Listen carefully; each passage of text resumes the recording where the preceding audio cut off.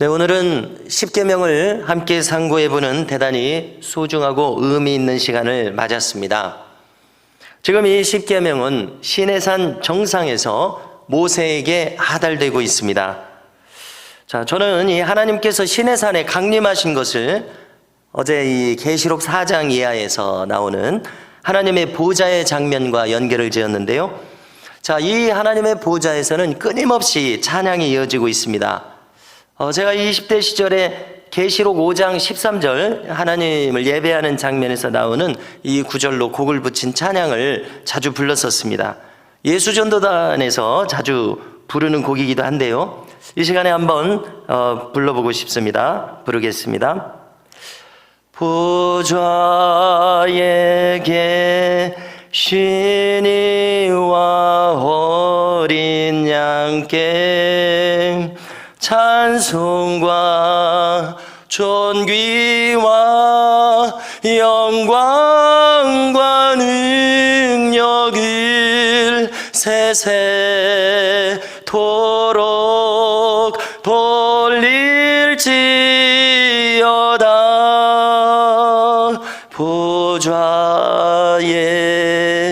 계신 이와 어린 양께 찬송과 존귀와 영광과 능력을 세세토록 돌릴지어다.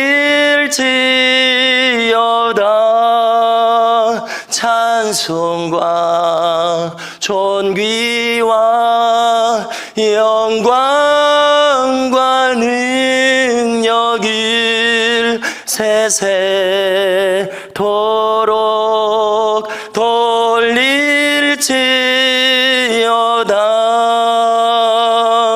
할렐루야.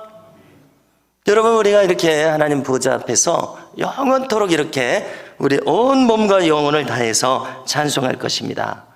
여러분, 이 점에서, 이런 관점에서 한번 이 십계명을 상고해 보겠습니다. 어떤 관점이냐면요, 이 십계명이 하나님의 보좌 앞에서 지금 낭독되고 있다는 관점입니다. 여러분, 이것이 어울린다고 생각을 하십니까? 저는 이 잘 어울린다고 생각하는데요. 왜냐하면 이 십계명은 하나님의 성품이 거기에 반영되어 있기 때문에 그렇습니다. 여러분 뿐만 아닙니다. 이 보좌 앞에는 24장로가 있습니다. 보좌 앞에는 또 수많은 천군 천사들이 있는데요, 이 24장로들은 천사들이 아닙니다. 인간들입니다. 자, 그러면 무엇을 이야기합니까? 보좌 앞에 24장로들은 이때까지 있었을 수십 수백억의 인류들 중에서 가장 하나님의 성품과 닮은 분들이라는 것입니다. 가장 거룩의 레벨이 높은 인간들입니다. 그러므로 그분들은 십계명과 가장 부합한 분들일 것입니다. 자, 그러면 이제 이번에는 또 다른 차원에서 한번 상고해 보겠는데요. 어떤 차원이냐면요, 이 십계명을 인간이 꼭 지켜야 한다는 이런 계명의 차원이 아니라, 즉 계명으로서 강압적으로 느끼는 차원이 아니라 하나님께서 우리에게 자유의지를 주셨지 않습니까? 그런데 우리가 억지로 지키는 것이 아니라 즐거이 지키는 차원, 그러니까 무서워서가 아니라 좋아서 지키는 차원, 하나님을 배반할 수 없고 예수님을 배반할 수 없어서 지키게 되는 차원에서 한번 생각해 보자는 것입니다. 할렐루야. 여러분, 우리가 이렇게 살피고자 할 때 우리는 즉시로 인간의 연약함에 직면하게 됩니다. 왜냐하면 인간의 본성은 타락한 본성이요, 연약한 본성이기 때문에 어떻습니까? 우리의 본성으로는 십계명이 그저 좋게 느껴질 리가 없습니다. 무거운 짐으로 느껴집니다. 그렇지 않습니까? 지켜야 할 계율처럼 버겁게 느껴집니다. 여러분, 이것은 무엇을 반영하고 있습니까? 그처럼 우리 인간의 본성이 그렇게 타락해 있어서 하나님의 성품을 거부하고 있다는 것을 우리가 느끼게 되는 것입니다. 우리가 얼마나 하나님으로부터 멀어져 있는가 하는 것이 증명되고 있다는 생각을 합니다. 성도 여러분, 그래서 모쪼록 우리 모두가 날마다 믿음 생활을 해 나가면서 이제 이 십계명이 굴레나 짐이 아니라 자유로 느낄 수 있기를, 자유로움으로 느낄 수 있기를. 왜? 우리의 성품이 점점 하나님께 가까이 성화되어 감으로 말미암아 십계명이 짐이 아니라 자유롭게 느껴질 수 있기를 주님의 이름으로 축원합니다. 우리의 영은 구원받았지만 우리의 혼, 즉 정신과 우리의 육신은 여전히 불완전합니다. 이 불완전한 세상에 있기 때문에 그렇습니다. 우리의 이 혼과 육신은 성화되어 가는 중에 있습니다. 그렇기 때문에 우리는 시시때때로 이것을 짐으로도 느끼고 넘어지기도 합니다. 그러나 분명한 것은 무엇입니까? 우리가 경험하고 있는 것은요, 우리가 깨어 있을수록, 다시 말해서 우리가 기도의 영이 우리에게 부어져서 기도하는 사람이 될수록, 하나님 뜻대로 살고자 할수록, 영혼을 사모할수록, 의롭게 살고자 몸부림칠수록 십계명은 쉬운 멍에가 됨을 우리가 경험합니다. 그렇지 않습니까?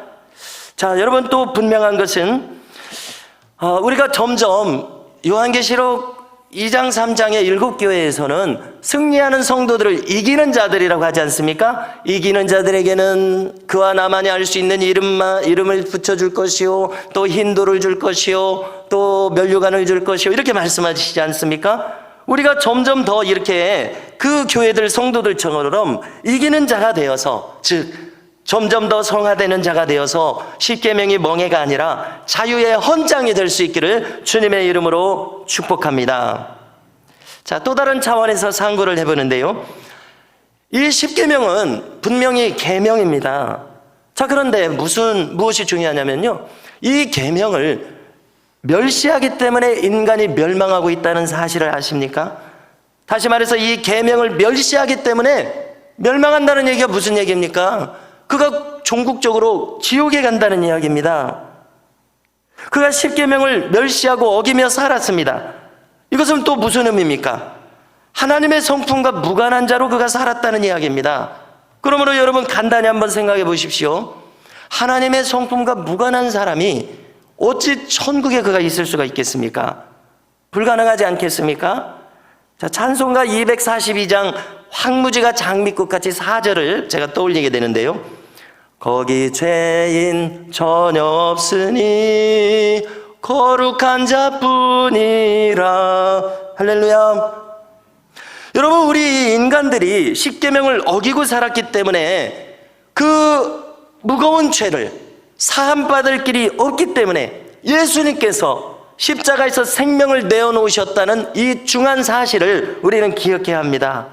인간의 죄성과 인간의 죄행은 주님께서 십자가에서 생명을 내어놓으실 만큼 그 죄벌이 중하다는 사실, 우리는 결코 잊지 않아야 하는데요, 여러분, 그런데 어떤 사람들이 십계명을 멸시하고 살았습니다. 그러면 그 사람은 십자가와 무관한 사람이지 않습니까? 그처럼 중차대한 것이기 때문에 그 죄벌이, 주님이 십자가를 지실 만큼 그것이 중차대한 일이었는데, 이 계명을 멸시하면서 살았던 사람은 십자가와 무관한 사람이죠. 그렇지 않습니까? 즉 예수님과 무관한 사람이라는 이야기입니다. 그것이 그가 멸망하는 원인이 된다는 이야기입니다. 그래서 성도 여러분, 안타까움을 가지고 거론하게 됩니다. 한국교회의 타락 양상은 십계명을 무시하는 모습으로 나타나고 있습니다. 수많은 목사와 교인들이 십계명을 무시하는 모습으로 나타납니다. 여러분, 한번 생각해 보십시오. 천국은 목사의 신분으로 가는 것이 아닙니다. 교인이라는 신분으로 갈 수 있는 것이 아닙니다. 그가 신자 되었는가 하는 그 여부에 의해서 간다고 믿습니다. 참신자는 왜냐하면 계명을 멸시하는 자는 참 신자가 될 수 없기 때문에 그렇습니다. 즉 하나님의 성품을 멸시할 수 없는 그 사람이 바로 참신자이기 때문에 그렇습니다.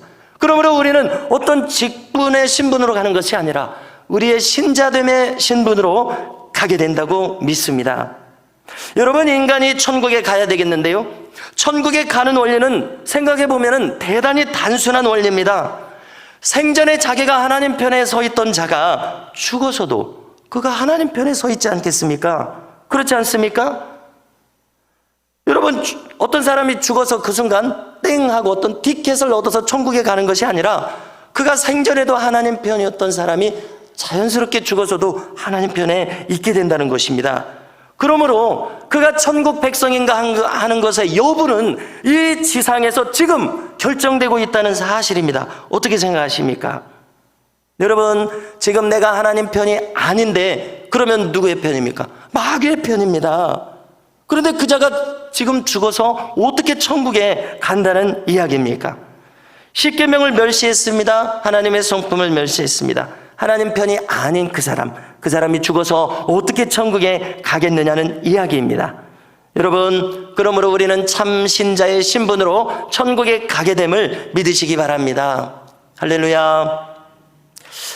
자, 이 십계명의 요약을 예수님께서 해주셨습니다.